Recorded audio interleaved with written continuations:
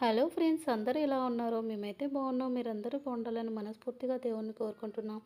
అందరికీ ముందుగా happy Sunday అండి. ముందుగా స్వీట్స్ అంటే ఎంతమందికి ఇష్టమో కామెంట్ చేయండి. మా ఇంట్లో అయితే స్వీట్స్ అంటే పడి చచ్చిపోతారు అంతే. మా హస్బెండ్ అయితే మార్నింగ్ మార్నింగ్ లేచి పూజ అంతా కంప్లీట్ చేసిన తర్వాత నా కోసం ఏదైనా స్వీట్ చేయమని అడిగారు. ఎప్పుడో ఒకసారి కోరే శ్రీవారి కోసం చేయాలి కదా, మరి తప్పదు కదా. అందుకని ఏం స్వీట్ చేయాలండి అని అడిగాను. ఇంకా తను రోజు అన్నట్టే నీ ఇష్టం అనేసి అన్నారు. నేనేం చేయాలి అని అడగడం, తను నీ ఇష్టం అనడం, ఇది మాకు అలవాటైపోయింది. మీ ఇంట్లో కూడా ఇంతేనా? కామెంట్ చేసేయండి. ఇంకేముంది, నేను ఫ్రిడ్జ్ దగ్గరికి వెళ్ళి ఫ్రిడ్జ్ ఓపెన్ చేసి చూస్తే క్యారెట్స్ ఉన్నాయి. సర్లే క్యారెట్ హల్వా చేద్దాం అనుకొని ఎంత ఉన్నాయో అని చూస్తే కేజీ క్యారెట్స్ ఉన్నాయి ఇంట్లో. ఒక 2 డేస్ అయినా తినొచ్చు కదా అనేసి కేజీ క్యారెట్స్తో పక్కా కొలతల్లో క్యారెట్ హల్వా చేసా ఫ్రెండ్స్.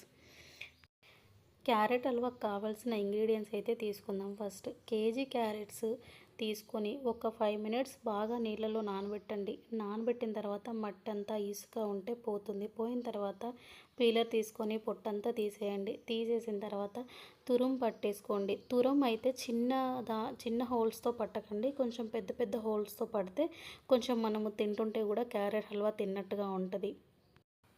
క్యారెట్స్ అన్నీ తురుము పట్టేసిన తర్వాత ఒక పెద్ద గిన్నె, మందపాటి గిన్నె పొయ్యి మీద పెట్టుకొని అందులో మనకు కావాల్సినంత నెయ్యి వేసుకొని ఆ క్యారెట్స్ అన్నీ వేసుకోండి.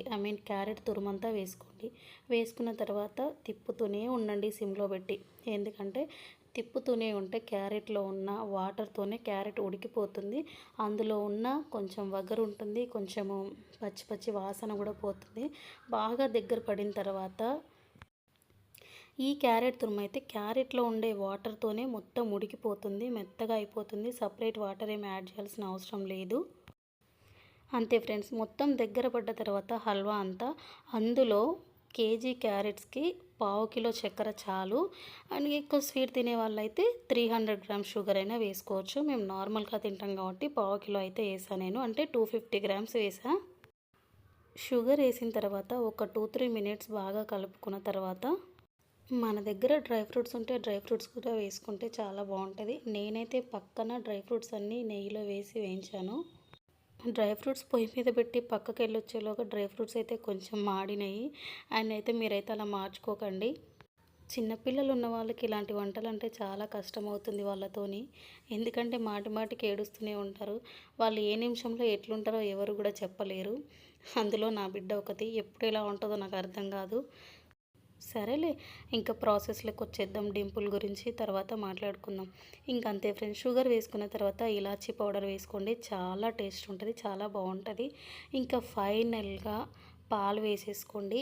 పాలు వేసుకొని అయితే నేను వేడివేడి పాలు వేసా. ఎప్పుడు కాచి చల్లార్చిన పాలు వేసేదాన్ని, ఫస్ట్ టైం వేడివేడి పాలు వేసా. చాలా బాగుంది. బాగా దగ్గర పడే వరకు సిమ్లో పెడుతూ మూత పెడుతూ కలుపుకోండి. మూత పెడుతూ తీస్తూ కలుపుకోండి. నాకైతే ఈ క్యారెట్ హల్వా మొత్తం అయిపోయేసరికి 1/2 అవర్ పట్టింది. ఇలా నేను చెప్పిన కొలతల్లో మీరు చేసుకుంటే మాత్రం పర్ఫెక్ట్ క్యారెట్ హల్వా వస్తుంది. నిజంగా చెప్తున్నా, చాలా బాగుంటుంది ఫ్రెండ్స్. ఒకసారి ట్రై చేయండి. ఇలాంటి మరెన్నో వీడియోస్ కోసం నా ఛానల్ని సబ్స్క్రైబ్ చేయండి. బాయ్.